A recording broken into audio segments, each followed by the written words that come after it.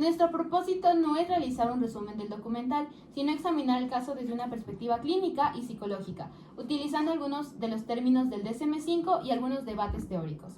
El documental sigue la historia de Hugo, un joven que recibió el diagnóstico de síndrome de Asperger, un concepto que fue utilizado en el DSM-4, pero a raíz de la publicación del DSM-5, el documental sigue la historia de Hugo, un joven que recibió el diagnóstico de síndrome de Asperger, categoría que existía en el DSM-4, pero que con la publicación del DSM-5 este diagnóstico quedó integrado en el trastorno del espectro autista o TEA. Esto significa que hoy Hugo sería comprendido desde una concepción más amplia del autismo, basado en una idea de un espectro con diferentes manifestaciones y niveles de apoyo. Algo que nos parece especialmente valioso del documental es que nos permite observar cómo las características asociadas con el autismo se expresan a lo largo de distintas etapas del desarrollo. No vemos a Hugo únicamente como un paciente portador de un diagnóstico, sino como una persona que intenta comprender el mundo, relacionarse con otros y construir una identidad propia. Además, el documental ayuda a cuestionar muchos estereotipos. Con frecuencia, las personas imaginan que el autismo es una condición fácilmente reconocible o asociada únicamente con dificultades severas. Sin embargo, las experiencias de Hugo muestran una realidad mucho más compleja. Si encontramos el caso desde lo que es el DSM-5, encontramos dos diagnósticos que son muy fundamentales. El primero corresponde a lo que es el criterio A, que pues hace referencia a los déficits persistentes en la comunicación social y también en la interacción social, pero en diversos contextos. Y bueno, dentro de este criterio se incluyen dificultades relacionadas con la reciprocidad socioemocional, la comunicación no verbal y la capacidad para desarrollar, mantener y también comprender relaciones que son intrapersonales.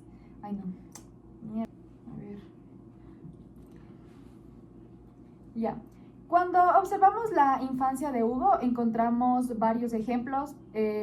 Bueno, por ejemplo, en el documental se explica que tenía muchas dificultades para relacionarse con niños, también tenía dificultades para comprender lo que es, o sea, determinadas dinámicas que eran sociales, que para sus compañeros parecían naturales, no tenían que hacer más que todo ningún esfuerzo. También se menciona que muchas veces no entendía ciertos comportamientos o expectativas que eran implícitas y que estaban más que todo presentes en las interacciones que son cotidianas. Ya, es importante aclarar que esto no significa falta de inteligencia ni ausencia de interés por los demás. De hecho, el documental muestra constantemente que Hugo desea establecer vínculos y ser comprendido. Lo que ocurre es que los procesos que otras personas... Es importante aclarar que esto no significa falta de inteligencia ni ausencia de interés por los demás. De hecho, el documental muestra constantemente que Hugo desea establecer vínculos y ser comprendido. Lo que ocurre es que los procesos que otras personas realizan de manera intuitiva requieren en él un esfuerzo consciente, en lugar de interpretar automáticamente ciertas claves sociales. Necesita analizarlas y procesarlas correctamente y deliberadamente. Durante la adolescencia, estas dificultades continúan presentes. Hugo explica que hay muchas situaciones sociales que le resultan confusas, porque hay reglas implícitas que no se enseñan de manera directa. Mientras otros adolescentes aprenden determinados códigos sociales mediante la experiencia cotidiana, Hugo describe la necesidad de observar, analizar y construir estrategias para comprender cómo actuar. Y esto constituye un claro ejemplo del criterio A, porque evidencia muchas dificultades en la comprensión de las relaciones sociales y la reciprocidad interpersonal. En la adultez observamos algo muy interesante. Hugo parece desenvolverse mejor en muchas situaciones, pero... En la adultez observamos algo muy interesante. Hugo parece desenvolverse mejor en muchas situaciones y posee mayores recursos para adaptarse. Sin embargo, el documental deja claro que este desempeño no implica la desaparición de las dificultades. Lo que vemos es la presencia de estrategias compensatorias. Hugo ha aprendido mecanismos para interactuar socialmente de manera más efectiva, aunque esto continúe requiriendo esfuerzo cognitivo y emocional. El segundo dominio del diagnóstico corresponde a lo que es el criterio B, que pues incluye patrones que son repetitivos. El segundo dominio diagnóstico corresponde al criterio B, que incluye patrones que son restrictivos y también repetitivos, pero más que todo en el comportamiento, los intereses y también en las actividades. Dentro de este grupo, el segundo dominio diagnóstico corresponde al criterio B, que incluye patrones que son restrictivos y también repetitivos en lo que tiene que ver con el comportamiento, los intereses y también actividades. Dentro de este criterio encontramos esa necesidad que es de una rutina, también la insistencia en la monotonía, los intereses específicos que tienen una gran intensidad y también determinadas diferencias en lo que es el procesamiento sensorial. A lo largo de este documental observamos varios ejemplos, entre ellos que Hugo manifiesta una fuerte preferencia por la previsibilidad y también experimenta dificultades cuando debe enfrentarse a situaciones que son ambiguas o también cambios que pues son inesperados. También se observa intereses profundos y altamente focalizados. Estos intereses no solo son aficiones, ocupan un lugar importante en la vida de la persona. También es una fuente de estabilidad y organización. Un ejemplo relevante aparece en las escenas relacionadas con la música y el piano. Ahí observamos cómo puede desenvolverse con seguridad dentro de un contexto estructurado y predecible.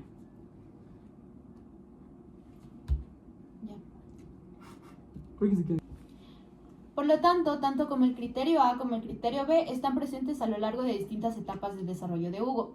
Lo que cambia no es la existencia de estas características, sino la forma en cómo se expresan y los recursos que él desarrolla para poder afrontarlas. Uno de los aspectos que más llama la atención del documental es que Hugo puede desenvolverse de manera muy competente en ciertas situaciones y experimentar muchas dificultades en otras. Por ejemplo, cuando participa en actividades relacionadas con el piano, se muestra seguro, concentrado y capaz de responder adecuadamente a lo que esto conlleve. Sin embargo, en otros contextos sociales aparecen mayores dificultades. Esto nos lleva a preguntarnos cómo se puede explicar esta diferencia. Desde la perspectiva del DSM-5, esto no representa una contradicción. El manual señala que la manifestación del trastorno del espectro autista puede variar según el contexto y según las demandas presentes en cada situación. No todos los entornos exigen las mismas habilidades sociales ni generan el mismo nivel de estrés o incertidumbre. Bueno, en el caso de Hugo observamos que los contextos estructurados y también contextos previsibles parecen favorecer su funcionamiento. Cuando las reglas son claras y las expectativas están bien definidas, ahí sí se puede utilizar sus capacidades de una manera más efectiva. Por el contrario, las situaciones sociales que son ambiguas exigen interpretar múltiples señales que pues son simultáneamente, anticipar conductas ajenas, también adaptarse a lo que son los cambios constantes. Sin embargo, creo que limitar la explicación únicamente a los criterios diagnósticos sería insuficiente. El documental muestra algo más complejo. Lo que observamos no es solamente una variación de los síntomas, sino una relación diferente entre Hugo y los diferentes contextos que habitan. Hay contextos en los que logra encontrar un lugar para expresarse y otros donde las exigencias sociales parecen dejarle en una posición de mayor vulnerabilidad.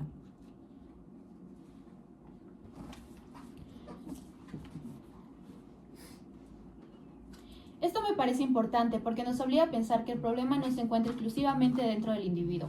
Muchas veces tendemos a buscar la explicación únicamente en el diagnóstico, pero el documental muestra que el contexto también participa activamente en la producción de las dificultades o de las posibilidades de adaptación.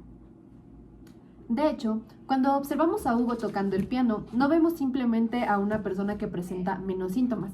Vemos a alguien que encuentra una forma de relacionarse con el mundo a través de una actividad que tiene sentido para él. Esta diferencia es importante porque nos permite pasar de una mirada centrada exclusivamente en el déficit a una comprensión más amplia de la experiencia subjetiva.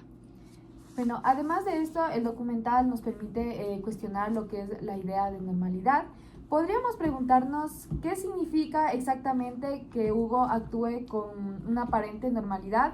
Se trata de... A ver. Además, el documental permite cuestionar... Además, el documental nos permite cuestionar lo que es la idea de normalidad. Podríamos preguntarnos qué significa exactamente que Hugo actúe con una aparente normalidad.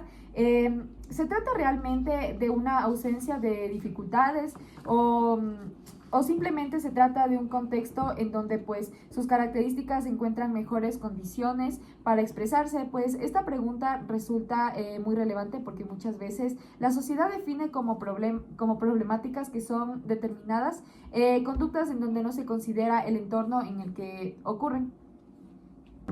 Por eso, más que hablar únicamente de síntomas, el documental parece invitarnos a pensar en la relación entre el sujeto y el contexto. Hugo no es exactamente el mismo en todos los escenarios, porque ninguna persona lo es. Cada situación moviliza recursos, emociones y formas de vincularse diferentes. Y esta discusión nos lleva a otra pregunta importante. ¿Qué papel cumple el diagnóstico en la vida de Hugo? Esta discusión nos lleva a otra pregunta importante. ¿Qué papel cumple el diagnóstico en la vida de Hugo? ¿Recibir un nombre para lo que le ocurre le ayuda o le perjudica? Para responder esta pregunta sería interesante recuperar algunas ideas de Brownstein. Este autor plantea que la psiquiatría moderna tiene una gran capacidad para clasificar y ordenar conductas, pero no significa necesariamente que logre comprender al sujeto en toda su complejidad. Desde esa perspectiva, un diagnóstico puede ser muy útil. ¿Por qué? Porque permite describir ciertas características en donde también... Desde esa perspectiva, un diagnóstico puede ser muy útil porque nos permite descubrir ciertas características, también facilitar el acceso a los recursos y más que todo generar una explicación que es inicial para determinar varias experiencias. En el caso de Hugo, el diagnóstico parece ofrecer una forma de entender situaciones que durante mucho tiempo habían resultado confusas, tanto para él como también para la clínica. Sin embargo, Brownstein advierte que existe un riesgo importante. Cuando una clasificación diagnóstica adquiere demasiado peso, la persona puede quedar reducida a una etiqueta, en lugar de preguntarnos quién es Hugo, qué desea, qué preocupa o qué interpreta su propia experiencia. Corremos el riesgo de correr y observar la categoría clínica. Creo que el documental intenta justamente evitar esta reducción. Aunque el diagnóstico está presente durante toda la historia, Hugo nunca aparece definido exclusivamente por su diagnóstico. Lo conocemos a través de sus intereses, de sus proyectos, de sus dificultades, pero también de sus capacidades y de la forma en la que él construye su propia identidad. En este sentido, el documental parece mostrar que el diagnóstico puede ser útil siempre y cuando no se convierta en una expresión totalmente absoluta. Puede aportar información importante, pero no agota el significado de una persona. Siempre existe una dimensión singular que no puede ser completamente capturada por una clasificación. Incluso podríamos decir que una de las determinadas... Incluso podríamos decir que una de las principales enseñanzas del documental es que, bueno, comprender a alguien implica escuchar su experiencia, no solamente identificar los síntomas, sino que, más que todo, que...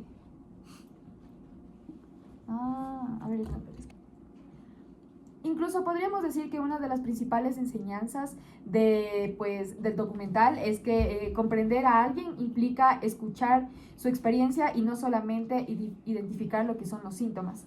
En este caso, la historia de Hugo nos recuerda que detrás de cualquier diagnóstico existe un sujeto que tiene una manera propia, una manera diferente de vivir, también más que todo de interpretar el mundo, ya que cada persona vive realidades que son diferentes. Por eso, más que preguntarnos si el diagnóstico le hace bien o le hace daño, quizá la cuestión de cómo utilizamos ese diagnóstico, si funciona como una herramienta para comprender y acompañar. Puede resultar valioso si se transforma en una etiqueta que sustituye a la persona, termina limitando nuestra comprensión de ello. Y precisamente ahí es donde encontramos uno de los puntos de encuentro entre el documental y la crítica que hace Brownstein. Ambos parecen recordarnos que ninguna clasificación puede explicar completamente la singularidad de la experiencia personal. Ahora reflexionando un poco, personalmente antes de ver el documental pensaba que recibir un diagnóstico era suficiente para comprender a una persona.